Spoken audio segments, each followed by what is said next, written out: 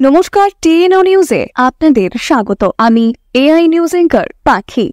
দেশের 140 কোটি নাগরিকদের আর্থ-সামাজিক উন্নতিকে প্রাধান্য দিয়ে কার্যকরী নীতি প্রণয়নের মাধ্যমে এক বৈষম্যহীন সমাজ ব্যবস্থা গড়ে তুলতে মাননীয় প্রধানমন্ত্রী শ্রী নরেন্দ্র মোদীজির নেতৃত্বাধীন কেন্দ্রীয় সরকারের cabinet committee for political affairs আগামী আদমশুমারিতে জাতিগত জনগণনার অনুমোদন দিয়েছে। রাজনৈতিক শোষণ ও ভোট ব্যাংকের নগ্ন রাজনীতির বিপরীতে সমাজে পিছিয়ে পড়া অংশের জনগণের উত্থান তথা অন্তর্দয়ের মন্ত্রকে বাস্তবায়িত করার দিশায় এক গুরুত্বপূর্ণ অনুঘটকের কাজ করবে জাতিগণ জনগণনা। এই সময় উপযোগী সিদ্ধান্ত গ্রহণ করার জন্য মাননীয় প্রধানমন্ত্রী সহ সংশ্লিষ্ট সকল নেতৃত্বের প্রতি আন্তরিক শুভেচ্ছা ও কৃতজ্ঞতা ব্যক্ত করেছেন রাজ্যের মাননীয় মুখ্যমন্ত্রী প্রফেসর ডক্টর মানিক সাহা।